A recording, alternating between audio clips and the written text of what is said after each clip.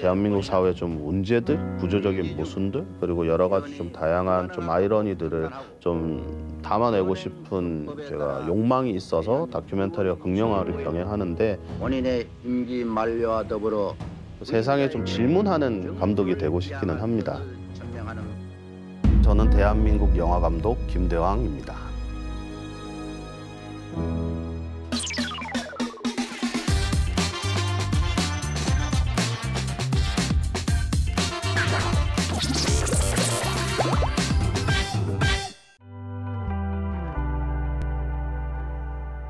어렸을 때부터 영화를 너무나도 좋아하는 시네키즈였습니다. 영화는 현실을 반영하는 거울이다라는 표현도 많이 하기도 하고, 아시가르 파라디의 그런 얘기도 좀 좋아하기는 하는데, 영화는 분명히 관객들에게 질문할 수 있어야 된다라는 좀 생각을 저는 굉장히 많이 동조하는 입장이긴 하거든요. 그래서 영화관에서 영화가 끝나고 엔딩 크레딧이 올라갔을 때 그 불이 딱 켜졌을 때 관객들에게 이 영화가 잊히는 게 아니라 불이 딱 켜졌는데 다시 우리에게는 이 영화가 다시 시작되는 거예요. 이 영화에 대해서 궁금해하고 서로 질문하고, 그게 또 하나의 한편의 영화라고 하는 생각이 들긴 하거든요. 그래서 정말 영화라고 하는 건 그런 걸 담아낼 수 있어야 되는 게 아닐까. 그리고 그걸 담아내기 위해서 너무나도 많이 부족하지만, 그래서 그걸 조금 고민하고 있는 상황인 것 같습니다. 네.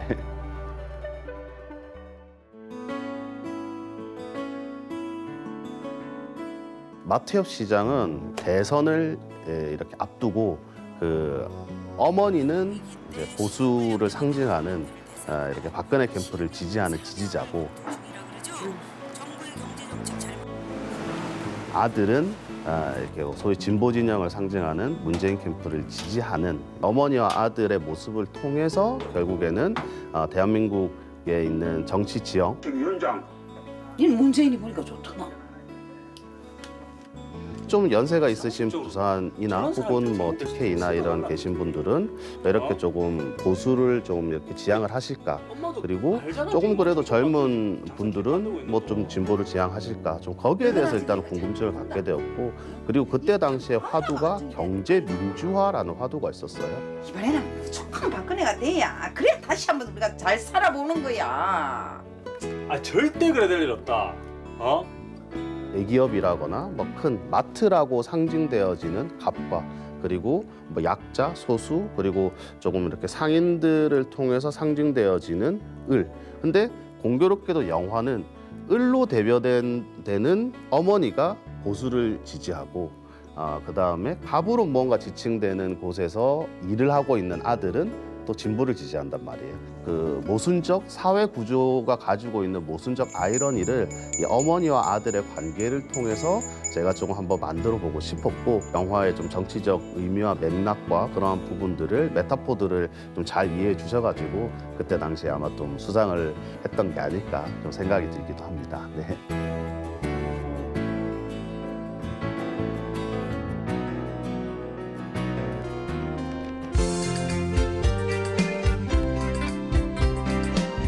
라는 작품은 그때 당시에 인터시티라고 하는 페스티벌에 대한 조금 의미를 제가 녹여내고 싶었어요. 인터시티 페스티벌이 부산이 유네스코 영화 창의 도시거든요. 근데 그때 유네스코 영화 창의 도시로 선정된 도시들이 있습니다. 아일랜드도 있었고, 그때 당시에 여러 도시들이 같이 함께 조금 감독들이 그 의미를 담아내보자 하는 프로젝트여서, 그때 제가 있다라고 하는 제목을 지은 것도, 그러니까 서로의 마음과 마음을 있다라는 걸 좀 그 아이들의 시선을 통해서, 동심을 통해서 표현하고 싶었어요.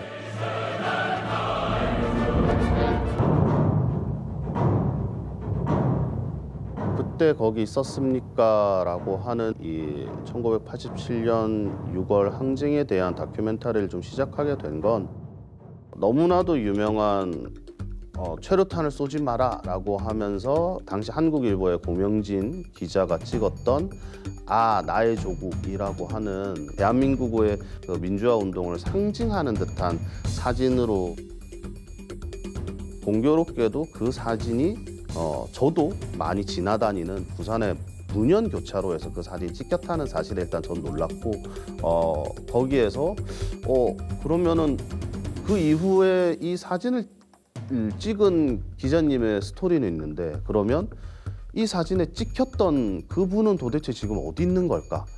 그게 너무나도 궁금했다라는 거죠.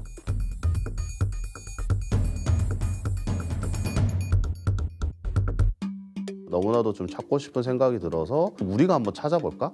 라고 하는 일종의 사명감 플러스 그럼 이 찾는 과정을 우리가 영화 다큐멘터리로도 좀 완성을 해보자 라는 좀 기획 단계에서 출발이 되어서 그때 관련하면서 그때 당시에 현장에 계셨던 그때 거기 있었습니까? 라고 하는 의미 취지답게 이분을 찾는 거에서만 그치는 게 아니라 그때 당시에 부산도 역시 86년도, 87년도의 민주화 운동에서 정말 중요한 이렇게 미랄이 되었던 만큼 그 역사를 거슬러 올라가려면 부마 항쟁부터 그리고 이제 그 민주화 운동까지 관련되어 있는 이런 부산에 계셨던 분들의 그때 당시에 좀 생생한 좀 증언을 좀 듣고 싶어서 관련된 부분들을 좀 많이 서치하게 됐고 많은 분들을 만나게 됐고 그래서 그런 분들을 점점 만나면서 체류탄이 터지면 숨을 못 쉬고 거의 뭐 그냥 이제 몰골이 많이 아니죠. 눈물에다가 온전히 맨몸으로 그냥 저희들은 여기 그 정거 농성을 하면서 비폭력 평화 시위로 계속 이어나갔습니다. 2024년 12월경에 완성을 목표로 했는데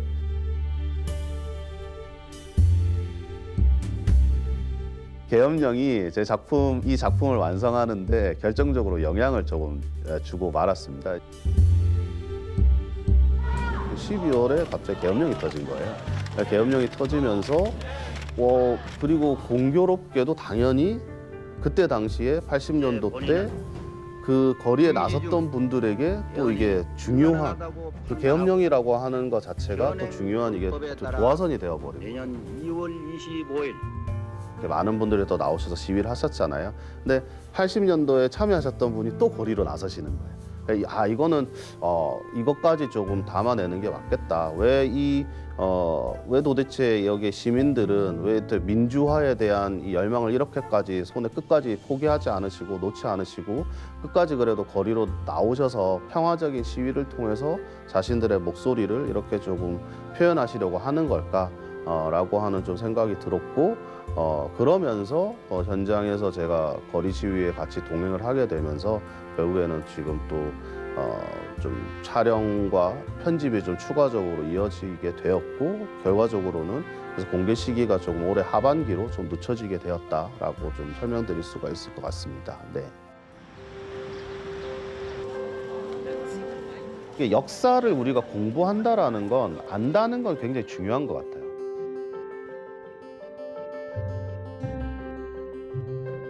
최근에 또 정말 경악할 만한 저는 뉴스라고 봤었는데 이분들이 가장 많이 무서워했던 게 또 백골단이에요. 얼마 전에 뉴스에서 무슨 정당에서 그 백골단의 부활 같은 걸 해서 이렇게 뉴스에 나와가지고 정말 저는 좀 소스라치게 놀라긴 했었거든요. 만약에 제가 이 다큐멘터리를 안 만들고 그 정보를 몰랐다면 저는 이 뉴스를 봤을 때 뭐 그냥 그런 뭐 그냥 단체인가 보다 뭔가 그냥 있는가 보다 뭐 했을 것 같은데 저는 그때 당시에 백골단을 만났던 분들의 이야기를 들었잖아요. 들어서 저는 사실은 그 백골단이 얼마나 그들에게 무서운 존재였고 그들에게 정말 인간 이하의 모멸감을 느끼는 행위를 많이 했다라고 하는 증언을 너무나도 많이 들었던 입장이기 때문에 그래서 그런 부분에서 또 알기 때문에 또 비판할 수 있는 거다라는 좀 생각이 들기도 하거든요. 그래서 그런 지점에서 우리가 정말 제가 그 세대가 아니었는데 그 세대를 살았던 분들의 증언을 통해서 우리가 이걸 학습하고 공부하고 그리고 그걸 카메라에 담아내고 그리고 그걸 다음 세대에게 이 관련되어 있는 정보를 알려준다라고 하는 건 굉장히 좀 중요한 저 나름대로의 이번 작업을 하면서 좀 의미가 컸던 시간이었던 것 같고요. 어제 왜 전화 안 받았어? 오국연설의 최기수입니다. 이 동네에 사는 61살 조봉란입니다. 이 동네에서 가장 아름다운 꽃띠 김영입니다. 저는 박옥순이고요. 저희 남편은 손이현 우리 마을의 공동체 집행장님. 집행위원. 아하, 이게 좀 헷갈렸습니다. 집행위원장입니다.